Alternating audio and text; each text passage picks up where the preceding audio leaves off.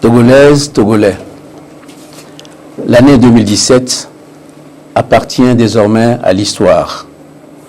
Je veux, avec vous, rendre grâce à Dieu pour les grandes réalisations, les réussites et les joies dont elle a été porteuse.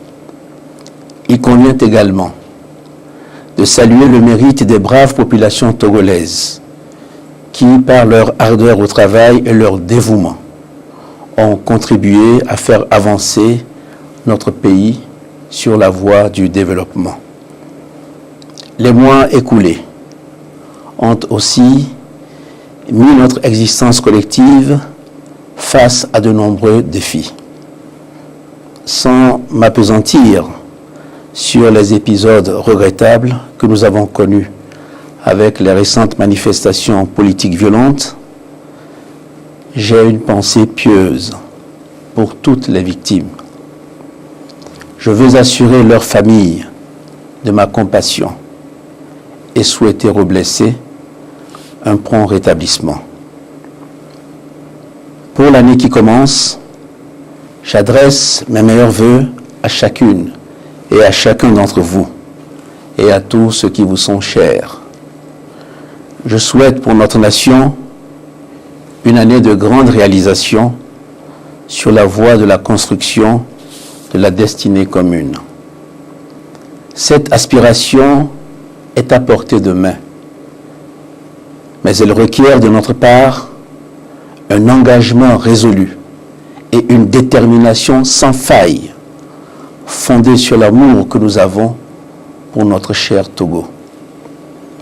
C'est en faisant appel à la fibre patriotique qui vibre en chacun d'entre nous que je veux ébaucher les perspectives de notre pays en 2018. Mes chers compatriotes, pour aborder l'avenir, notre meilleur repère se trouve dans le bilan des mois écoulés, tant il est vrai, selon une sagesse bien de chez nous, que c'est au bout de l'ancienne corde que se tisse la nouvelle. L'année 2017 a permis à notre pays d'enregistrer des succès qui méritent d'être reconnus et renforcés en vue d'en élargir la portée et les retombées.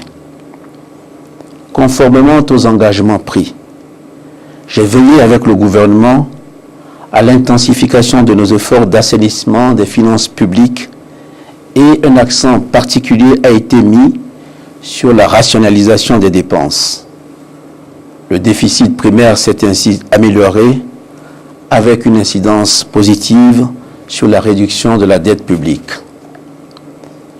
L'amélioration des conditions de vie de nos concitoyens et la diversification des mécanismes de soutien de l'État aux couches les plus vulnérables de la population sont restées des préoccupations constantes. Une attention particulière a été portée à l'inclusion sociale à travers des programmes ambitieux et volontaristes dotés des moyens adéquats.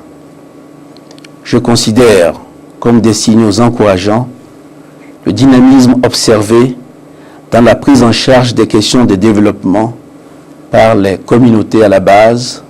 Je veux parler des comités villageois de développement ou des comités de développement des quartiers. Il en est de même des premiers résultats notés dans le secteur de la santé quelques mois après l'introduction de la gestion contractualisée dans les structures pilotes d'Atapamé et de Blita. C'est un travail de longue haleine dont les premiers fruits portent en eux toutes les raisons d'espérer. Il doit être poursuivi inlassablement en remettant chaque jour l'ouvrage sur le métier et en affinant les interventions étatiques afin qu'elles répondent encore plus et encore mieux aux attentes des uns et des autres. Togolaises, Togolais, si des avancées ont été réalisées dans plusieurs secteurs, l'animation de la vie politique, en revanche, n'a pas toujours été à la mesure de la profonde aspiration du peuple togolais à la concorde et à la paix. Je voudrais réaffirmer que la cohésion sociale doit rester, pour nous tous, un objectif cardinal dont il est tenu compte en toutes circonstances. Les réformes à mener dans le sens d'une amélioration des normes et des cadres existants ne sont pas incompatibles avec le maintien de la paix civile. Nous avons fait le choix de la démocratie. Il implique une architecture institutionnelle stable qui se conforte progressivement en s'adaptant aux évolutions légitimes souhaitées par notre peuple. Il implique aussi que les acteurs politiques acceptent de se conformer aux règles et d'exercer ses prérogatives dans le respect des droits et libertés de tous les citoyens. Récemment, mes chers compatriotes, la culture du vivre ensemble, la courtoisie et la fraternité ont souvent été affectées par des attitudes, des postures et des comportements qui sont aux antipodes de nos valeurs. C'est une situation qui m'est intolérable. Elle est préjudiciable à notre marche commune. Dans le souci de préserver notre pays de ces menaces, les auteurs et les responsables d'actes de violence, de destruction et de meurtre doivent être recherchés et soumis à la rigueur de la loi. Nous devons cela aux victimes, à toutes les victimes. Mes chers compatriotes, j'ai tout de même foi en notre capacité à transcender nos divergences pour faire évoluer le cadre institutionnel et politique tout en préservant le tissu social. Pour cela, je reste convaincu que l'unique voie de sortie qui nous permette de retrouver le chemin du progrès reste le dialogue. Mes chers compatriotes, le dialogue doit rester la voie privilégiée de résolution des désaccords entre les acteurs politiques. Par le passé, souvenez-vous, nous avons réussi à surmonter nombre de difficultés grâce à notre sens de responsabilité. Je n'ai aucun doute qu'aujourd'hui encore, nous sommes capables d'explorer toutes les voies de la concertation et des échanges d'idées, de dépasser les griefs tenant aux personnes et aux circonstances pour nous élever à la hauteur de ce que notre pays mérite. Le Togo mérite que chacun d'entre nous lui donne le meilleur. Et le meilleur, à mon sens, c'est de valoriser, entretenir et préserver les acquis, puis d'œuvrer à améliorer l'existant en opérant les réformes qui s'imposent dans le respect des principes de l'état de droit et de la démocratie. C'est dans cette optique que j'ai pris au mois de septembre dernier, avec le gouvernement, l'initiative de proposer à la représentation nationale une révision de la Constitution qui limite désormais à 2 le nombre des mandats présidentiels et législatifs et qui introduit pour l'élection du président de la République un mode de scrutin uninominal à 2 tours. Conformément à notre loi fondamentale. C'est maintenant au peuple togolais tout entier, seul détenteur de la souveraineté nationale, qu'il appartient de se prononcer librement. Dans l'état de droit que nous construisons, nous ne pouvons pas prétendre substituer des voix plus autorisées au suffrage universel. Mes chers compatriotes, en 2018, nos concitoyens seront plusieurs fois appelés à décider par le vote de grandes orientations de la vie nationale.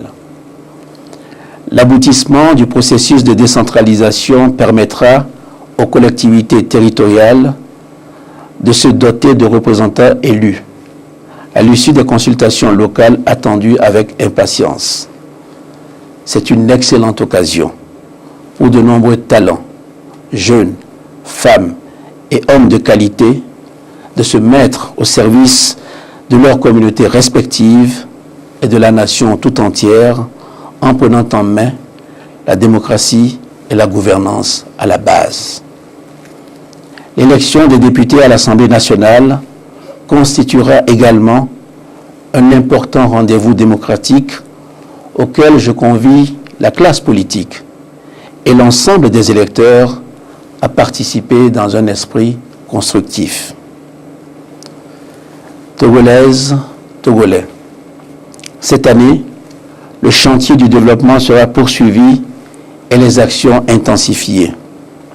Nous continuerons sans relâche de lutter contre les fléaux que sont la pauvreté et la précarité. Le gouvernement reste guidé par la nécessité de conforter la croissance, d'améliorer le partage de la richesse nationale en insistant sur l'inclusion financière et sociale et de mettre les institutions au service de tous les citoyens sans exclusion. À cet effet, les filets sociaux seront sensiblement renforcés, notamment en portant le nombre des ménages bénéficiaires des transferts monétaires de 30 000 actuellement à 120 000 durant les 3 prochaines années. La jeunesse togolaise, notre chère jeunesse, sera au cœur des interventions de l'État. Son dynamisme et son engagement doivent être soutenus et accompagnés. Je demeure persuadé que les solutions les plus pertinentes aux problématiques de l'éducation, de l'emploi et de l'insertion des jeunes sont celles qui sont nourries par leurs propres réflexions et contributions.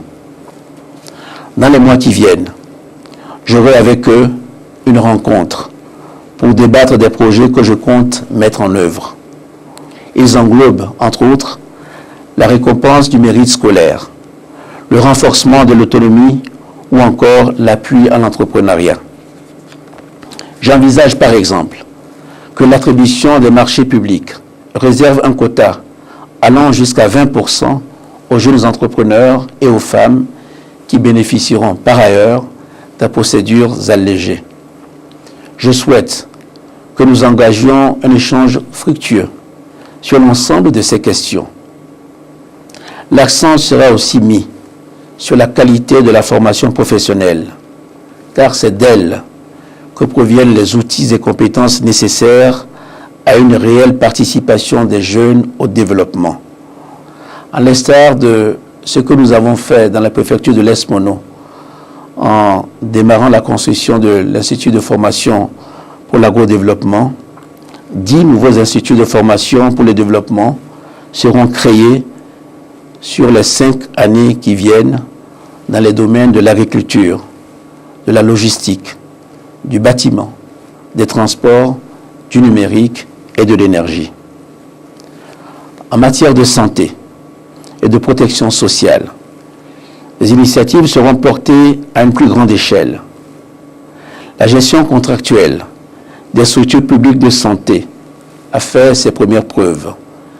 Je l'ai éprouvé moi-même en me rendant au centre hospitalier régional d'Atapamé. Cette gestion contractuelle sera étendue dès cette année à tous les hôpitaux, les centres hospitaliers universitaires et les centres hospitaliers régionaux, en commençant par Kara et Lomé.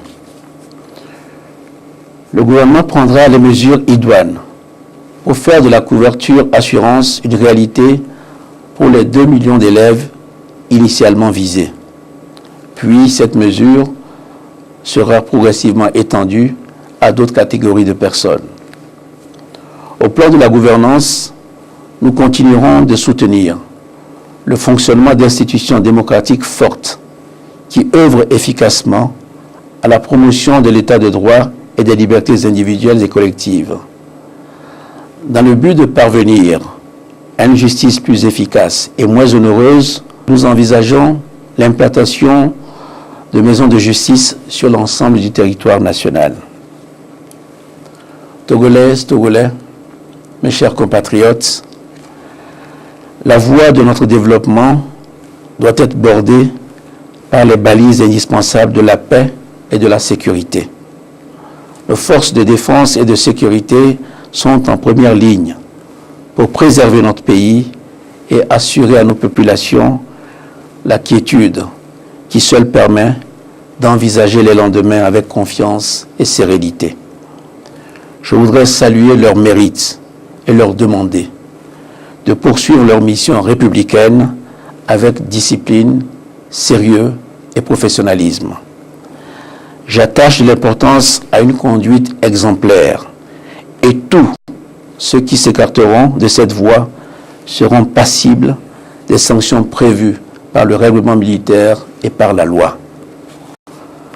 En faisant le choix du progrès, de la fraternité et de la cohésion, nous parviendrons à exprimer le potentiel de notre pays et à réaliser le rêve d'une grande nation prospère et stable. C'est à cela que je nous convie tous, alors que l'année qui commence nous offre l'occasion de former des desseins salutaires pour notre pays et de nous engager résolument à les réaliser au long des mois qui viennent. Ma confiance est grande que nous en sommes capables si nous sommes unis. Je vous réitère mes vœux de bonne et heureuse année 2018. Dieu bénisse notre cher pays, le Togo.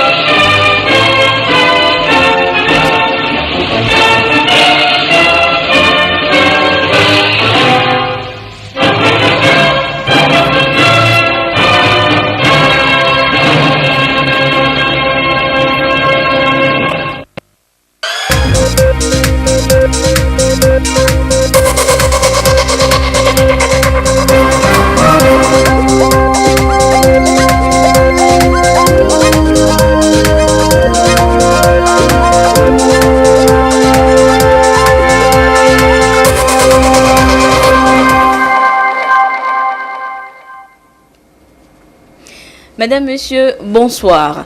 Vous venez de suivre l'adresse du chef de l'État à la nation à l'orée de cette nouvelle année. Que retenir de ce message du président de la République, Kwessan Yuvodevi? Eh bien, inutile de vous dire que ce message de vœux du président de la République à la nation est très attendu. Il fixe les grandes orientations de la vie politique, économique et sociale pour l'année que nous venons d'entamer. Le chef de l'État souhaite que 2018 soit pour la nation togolaise une année de grandes réalisations sur la voie de la construction de notre destinée commune. Il ressort du message du chef de l'État comme première ébauche de perspective pour notre pays le dialogue. Il doit rester, selon le président de la République, la voie privilégiée de résolution des désaccords entre les acteurs politiques. Pour le président Faure, nous sommes capables d'explorer toutes les voies de concertation et d'échange d'idées pour dépasser les griefs et nous élever à la hauteur de ce que le Togo mérite. Autre ébauche, la proposition faite à l'Assemblée nationale pour la révision de notre Constitution. 2 mandats présidentiels et législatifs et une élection présidentielle suivant le mode de scrutin uninominal à 2 tours. Ce sera au peuple togolais de décider et de se prononcer dans cet état de droit que nous construisons. Autre ébauche de perspective pour 2018, l'élection des députés à l'Assemblée nationale. Un rendez-vous important auquel seront associés la poursuite contre la précarité. Le chef de l'État a la jeunesse dans son cœur. Plusieurs initiatives sont prévues au profit des jeunes. La problématique de l'éducation, de l'emploi et l'insertion des jeunes a été abordée. Un accent particulier sera mis sur la formation professionnelle. Des initiatives à plus grande échelle seront portées sur la santé et la protection sociale des Togolais avec l'extension des structures publiques à Lomé et à Kara. La préservation de la paix et de la sécurité, un maître mot qui amène le président Faure à saluer le mérite des forces de sécurité qui doivent poursuivre leur mission républicaine avec discipline et sans faille passible de sanctions. Rendant grâce à Dieu pour les grandes réalisations, les réussites et les joies enregistrées en 2017, il a souhaité une bonne heureuse année 2018 à tous les Togolais. Merci Kosan Yovodevi. 2017 est rentré donc dans l'histoire il y a 3 jours. Sur le plan diplomatique, cette année aura été marquée par une réelle présence du Togo sur la scène internationale avec la présidence de la CEDEAO qu'assure le chef de l'État, le Togo à la tête du Conseil de l'Entente et bien d'autres actions menées. 2017, année d'audace diplomatique, c'est un dossier de Luc Assi. L'année diplomatique 2017 au Togo s'est illustrée par l'élection du chef de l'État, Faure Gnassingbé, à la présidence de la CEDEAO, une occasion qui lui a permis d'œuvrer pour le renforcement de l'intégration régionale en facilitant la libre circulation des biens et des personnes. Le Togo s'est aussi engagé à trouver une issue à plusieurs crises qui secouent la sous-région, notamment en Guinée-Bissau. Le Conseil de l'Entente, qui est une organisation en pleine réorganisation pour davantage d'efficacité, est présidée également par le Togo. La diplomatie économique était aussi audacieuse que celle politique. Elle est très importante pour assurer le développement et garantir la croissance économique du pays.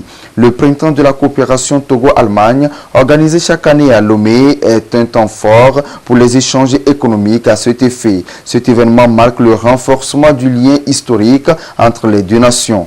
Afin de promouvoir les échanges politiques et développer les relations économiques, le président de la République, Faure Gnassingbé, a effectué au cours de l'année 2017 de nombreuses visites à l'étranger. On peut citer la Zambie, le Rwanda, l'Égypte, l'Éthiopie et le Nigeria. Il a pris part à plusieurs conférences internationales comme le sommet Afrique-France à Bamako et le sommet Europe-Union africaine à Abidjan. Et s'agissant de la lutte contre le terrorisme, le chef de l'État a participé activement au sommet islamo-américain tenu à Riyad avec le lancement d'un centre mondial de lutte contre le terrorisme. Malgré les moments difficiles qu'a traversé le pays ces derniers mois, sur le plan de la coopération bilatérale, tout va bien et chacun joue parfaitement son rôle. La Chine, l'Allemagne, la France, les USA, le Japon, l'Inde, l'Égypte et la Corée du Sud appuient le Togo dans des domaines variés tels que le commerce, l'éducation, la santé, la décentralisation, la formation professionnelle, la protection civile, les transports, les droits de l'homme, le secteur privé et la société civile. Et cette bonne santé de la coopération bilatérale s'est traduite par plusieurs projets de développement avec l'Union européenne, l'Union africaine, l'ONU, la BAD, le FMI et la Banque mondiale. Aucun de ces projets n'a été remis en cause en raison des récents événements. L'année 2017 aura été une année de pragmatisme, d'audace diplomatique, très riche en résultats, d'autant plus que la vision du chef de l'État est de faire du Togo un pays actif dans le concert des nations et dans les décisions du monde à travers des actions résolues et courageuses. Ce communiqué du gouvernement pour poursuivre cette édition, il a été donné de constater qu'il règne autour de plusieurs stations-service de la capitale une situation inhabituelle d'affluence qui serait due à des rumeurs faisant état d'une prochaine augmentation des prix à la pompe des produits pétroliers. Le gouvernement tient à préciser que, jusqu'à nouvel ordre, les prix à la pompe demeurent inchangés conformément à la structure des prix à la pompe des produits pétroliers en vigueur et rassure la population togolaise quant à la disponibilité des produits pétroliers sur toute l'étendue du territoire national. Les pics de demande observés ces derniers jours sont principalement imputables à l'arrivée tardive des navires d'approvisionnement, générant alors des tensions dans des bacs de stockage. Cette situation a à présent été résorbée et des dispositions sont prises pour que la situation de l'approvisionnement en produits pétroliers revienne à la normale. Des contrôles s'effectueront sur toute l'étendue du territoire et les auteurs d'éventuelles spéculations seront punis conformément à la loi. Un colloque sur la santé, l'environnement et la communauté s'est ouvert ce matin à Lomé. Il est question pour les enseignants-chercheurs de l'université de Lomé et leurs étudiants d'échanger pour la mise en place d'une plateforme sous-régionale de développement de la santé publique. Des précisions avec Fafa Dalmeda et Félix Semdacha. Les effets des changements climatiques sont devenus une préoccupation mondiale qui nécessite des réponses et des mesures appropriées, mais aussi des actions venant de différents acteurs pour mieux accompagner les populations dans la résilience. À l'occasion de ce colloque international, des chercheurs et scientifiques des universités du Togo et de l'Iowa aux USA entendent apporter leur contribution pour le mieux-être des populations. Nous essayons de capitaliser sur les publications des chercheurs à travers des expérimentations à petite échelle, dans des villages, dans des petites collectivités. Et suite à cela, les résultats obtenus, nous essayons d'en faire des documents de plaidoyer ou des recommandations pour l'élaboration des politiques publiques. Donc ce colloque rentre en droite ligne de nos activités et devrait permettre également d'obtenir des approches innovantes pour pouvoir formuler des recommandations à tous ceux qui interviennent dans le domaine de la santé. Nos amis de l'université d'Iowa, et ce sont des éminents chercheurs qui sont venus pour nous aider surtout en matière de santé publique.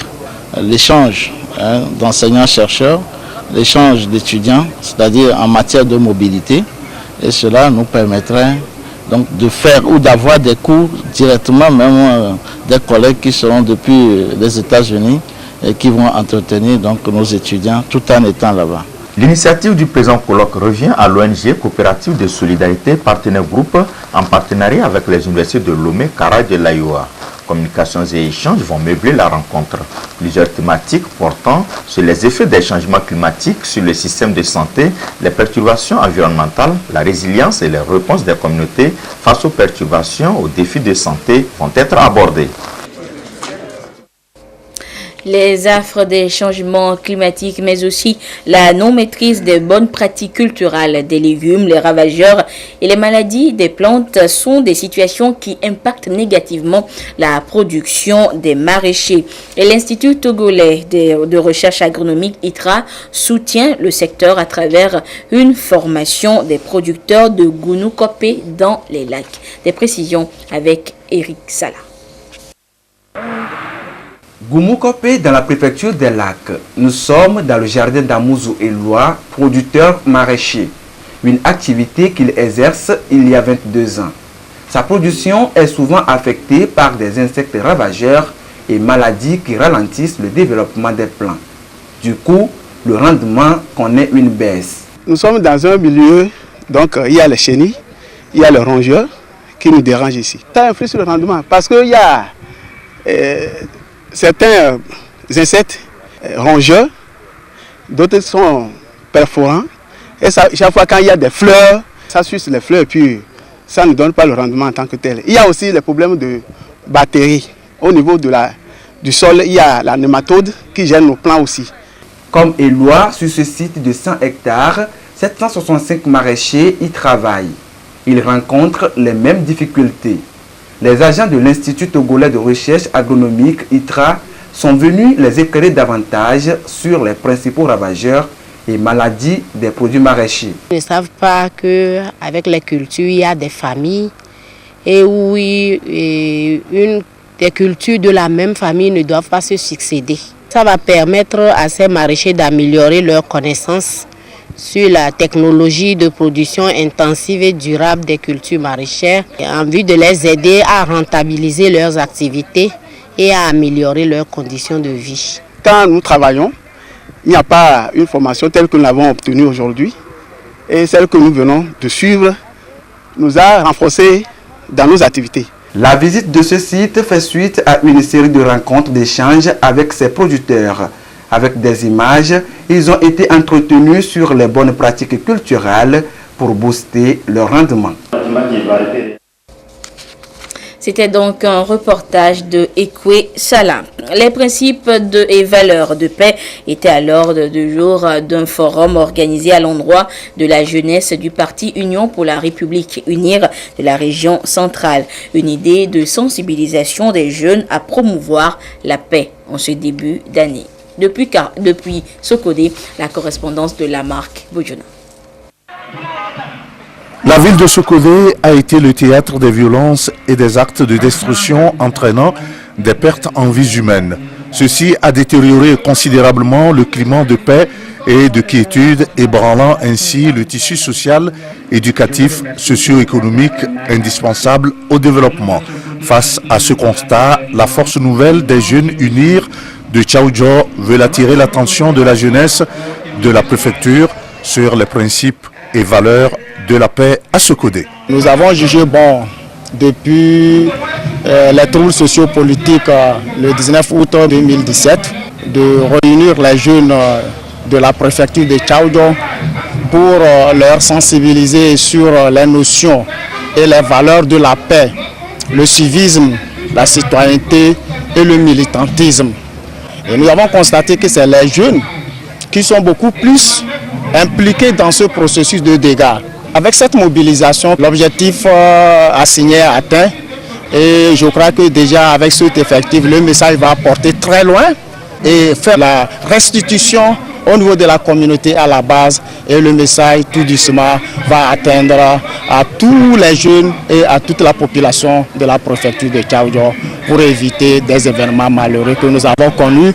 Le forum a également été une occasion pour les jeunes militants du parti UNIR Tchaoudjo de réaffirmer leur ferme engagement à soutenir le président du parti, chef de l'État, Faure Essozimna Simbe, pour sa politique de paix, de réconciliation, pour un développement harmonieux du pays.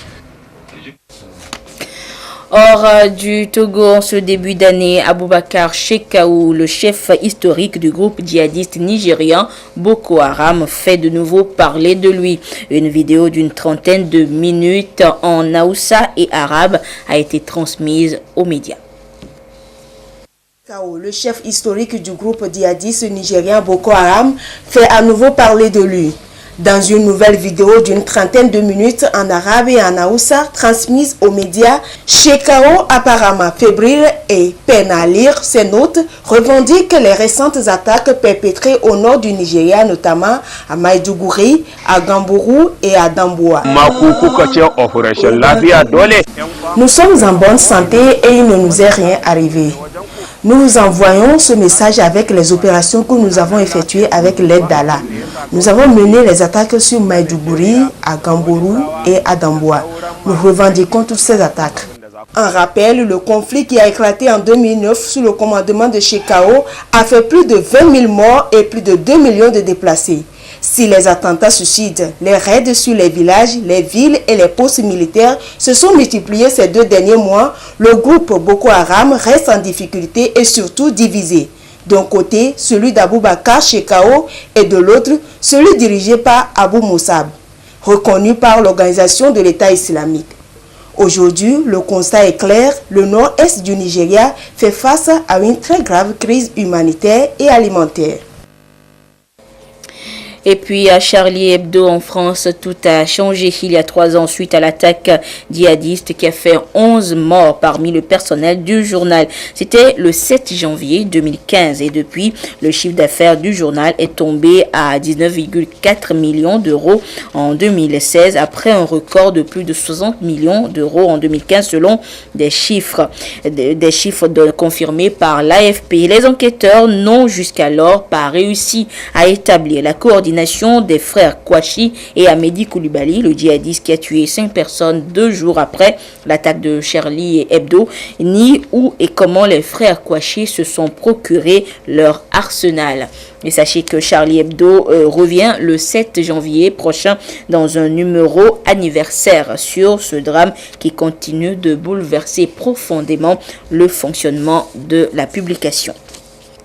Et direction maintenant Tchamba où le ministère en charge de la jeunesse et de l'emploi des jeunes en collaboration avec celui de la formation civique a organisé en fin d'année un concert géant gratuit. Une manière pour ces 2 départements de souhaiter une bonne et heureuse année à la jeunesse de la localité. Le compte rendu avec la marque Podjona.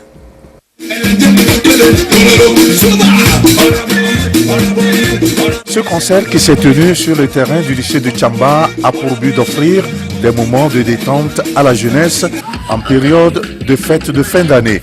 Il s'agissait également de véhiculer des messages de paix, de civisme et de citoyenneté afin que l'année 2018 soit meilleure. Plusieurs artistes de la chanson, entre autres JB, Moab,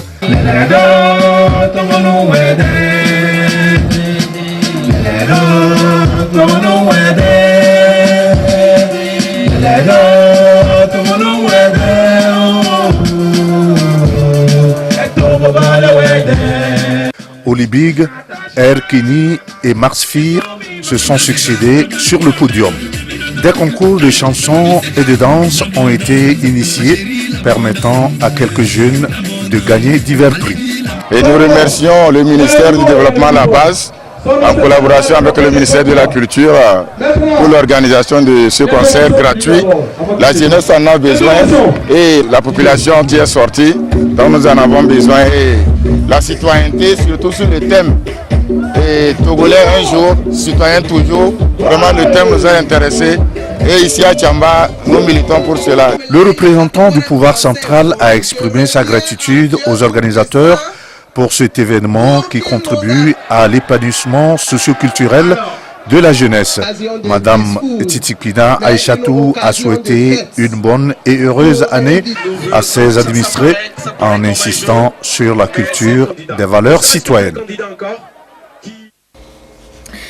Le ministère de la Communication, de la Culture, des Sports et de la Formation civique porte à la connaissance du public que l'Institut régional d'enseignement supérieur et de recherche en développement culturel IRES-RDEC lance au titre de sa 17e promotion 2018-2020 un concours de recrutement des étudiants pour une formation en master professionnel en développement culturel dans les parcours ci-après. Parcours 1, médias, culture et société. Parcours 2, management des entreprises culturelles. Le D-Master se déroule en 2 options au choix. Option 1, cours en présentiel destiné aux agents de l'État. Option 2, formation ouverte à distance qui s'adresse uniquement aux agents du secteur privé. Le concours sera organisé dans des conditions à découvrir dans le quotidien Togo Presse. Mais les dates et lieux du concours sont prévus. Ce sont les lundis 16 et mardi 17 avril 2018 à Lomé, au siège de l'IRES-RDEC dans l'enceinte de l'ENA.